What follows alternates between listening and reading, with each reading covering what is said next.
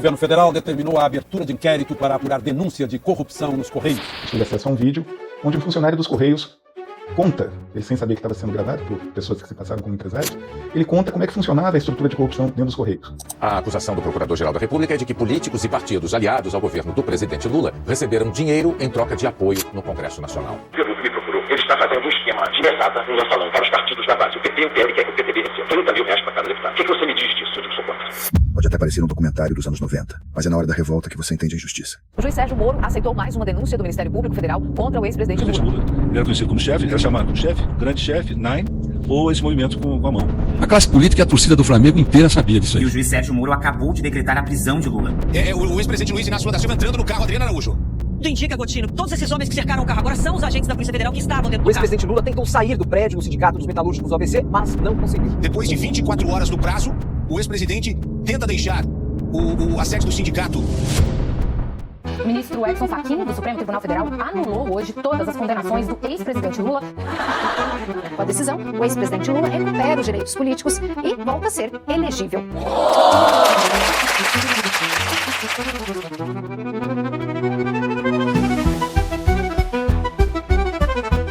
O sistema é podre até o osso. O esquema começou no início dos anos 2000, quando o governo precisava garantir maioria no Congresso. Como é que faz? Compra voto. Deputados recebiam uma mesada em dinheiro vivo para votar a favor dos projetos do governo. Isso não era política, era crime organizado de colarinho branco. Em 2005, Roberto Jefferson denunciou que parlamentares estavam recebendo 30 mil reais por mês. O operador do esquema era Marcos Valério, publicitário que usava empresas de fachada e contratos com estatais para desviar dinheiro. O dinheiro saía dos bancos, passava por agências de publicidade e chegava limpinho no bolso dos deputados. No meio disso, tinha gente graúda, José Dirceu, ministro da Casa Civil, apontado como chefe político do esquema. Delúbio Soares, tesoureiro do partido, também envolvido. Era uma quadrilha organizada dentro do Estado, irmão. O objetivo? Comprar apoio e manter o governo no poder. Mas a bomba explodiu. Teve CPI, investigação, e o caso foi parar no Supremo Tribunal Federal. O julgamento começou em 2007 e foi histórico. Pela primeira vez, políticos poderosos foram condenados. Em 2012, o STF, sob comando do ministro Joaquim Barbosa, condenou mais de 20 réus por corrupção ativa, passiva, lavagem de dinheiro e formação de quadrilha. Teve deputado cassado, teve gente presa, teve empresário condenado, mas o sistema não dorme. Muitos recorreram, alguns tiveram penas reduzidas, outros conseguiram benefícios. No fim, o mensalão mostrou duas coisas.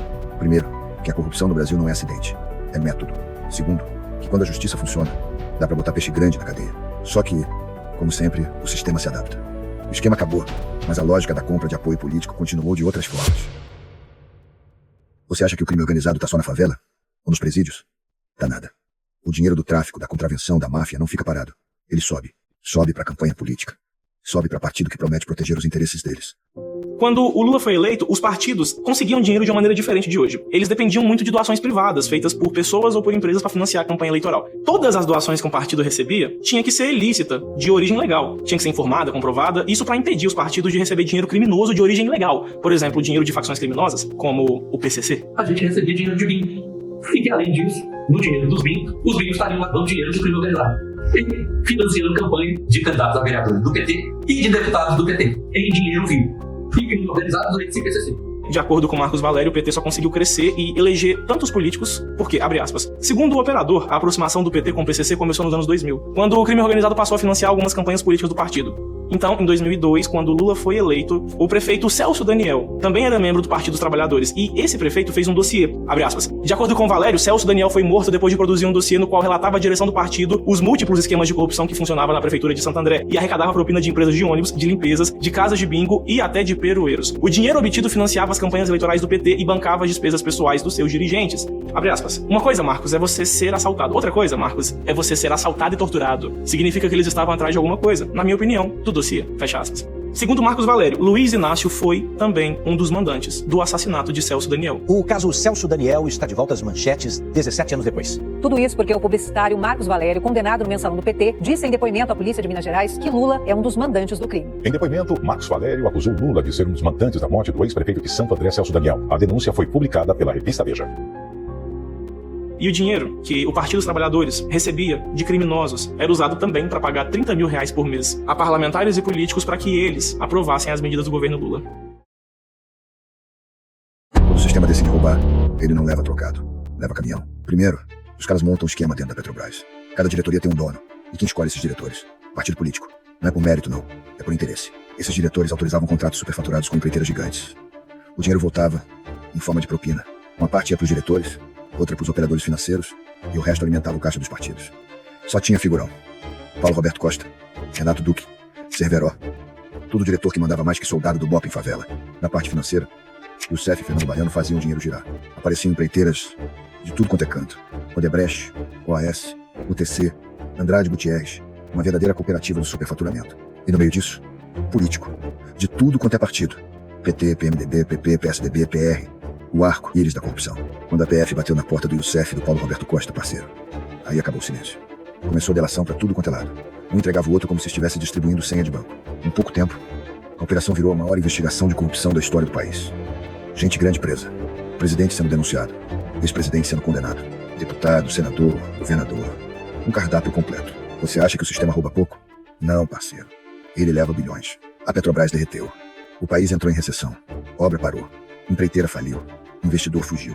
O Brasil tomou um tiro no peito da própria incompetência. Sabe o que é pior? O que vem depois. A investigação cresce. O sistema reage. Entra Supremo, entra política, entra disputa, processo anulado, pena revertida, acordo desfeito. Uma guerra jurídica. No final, parceiro, fica a lição. Se você não entender como o sistema funciona, ele te engole. Isso aqui não é sobre partido A ou B. É sobre poder. E quem tem poder, se não for vigiado, sempre acha que pode levar vantagem. Tudo começou com uma investigação contra doleiros do Paraná. O esquema funcionava num posto de gasolina em Brasília. E acabou revelando um esquema bilionário de corrupção dentro da Petrobras. E como esse esquema funcionava? As diretorias eram nomeadas por partidos políticos e seus diretores aprovavam contratos com empreiteiras. Não demorou muito para que as grandes construtoras do país, que têm negócios com a Petrobras, acabassem no centro das investigações. O cartel tinha até um regulamento, como em um campeonato de futebol. As empresas se dividiam em equipes, buscando trazer ganhos semelhantes. O resultado? Obras muito mais caras. Entre elas, a refinaria Abreu Lima, o complexo petroquímico do Rio e a refinaria Presidente Getúlio Vargas. Isso só para citar alguns dos contratos sob investigação. As propinas eram pagas aos executivos e variavam de 1 a 5% do contrato, de acordo com as denúncias. O dinheiro chegava por meio de operadores financeiros. Esses intermediários transformavam a propina em dinheiro limpo, usando alguns métodos como dinheiro vivo, contas no exterior ou bens. Entre os operadores investigados estão o próprio Youssef, o ex-tesoureiro do PT João Vacari Neto e o lobista Fernando Baiano. A Polícia Federal acredita que o principal objetivo do esquema era abastecer o caixa de campanhas durante as eleições. E aí, entra o nome de Lula. O ex-presidente, na época, foi acusado de receber vantagens indevidas, como reformas em imóveis e apoio de empreiteiras. A Justiça de Curitiba condenou ele em alguns processos. Mas depois, o Supremo anulou tudo, dizendo que a Vara de Curitiba não tinha competência para julgar os casos. Resultado, Lula voltou para o jogo político, livre das condenações. Às 19h57, Renata Lopretti chamando minha atenção para este momento. Você está vendo na tela a cor pintou. A Justiça Eleitoral acaba de confirmar a vitória de Luiz Inácio Lula da Silva, do PT, na disputa da presidência da República. A partir de 1º de janeiro de 2023, Lula retorna ao Palácio do Planalto para um mandato de 4 anos. O homem que virou símbolo da corrupção estava de volta ao poder. O sistema sempre encontra um jeito de continuar no jogo. Quando você acha que acabou, o sistema já recrutou meia dúzia para tomar o lugar dos que caíram. O sistema não morre. Ele se adapta, se infiltra e cresce onde você menos espera, porque ele aprende com o próprio erro. Ele volta mais silencioso e mais esperto. Se você não vigiar, parceiro, o sistema assume de novo e diz que foi você que deu permissão.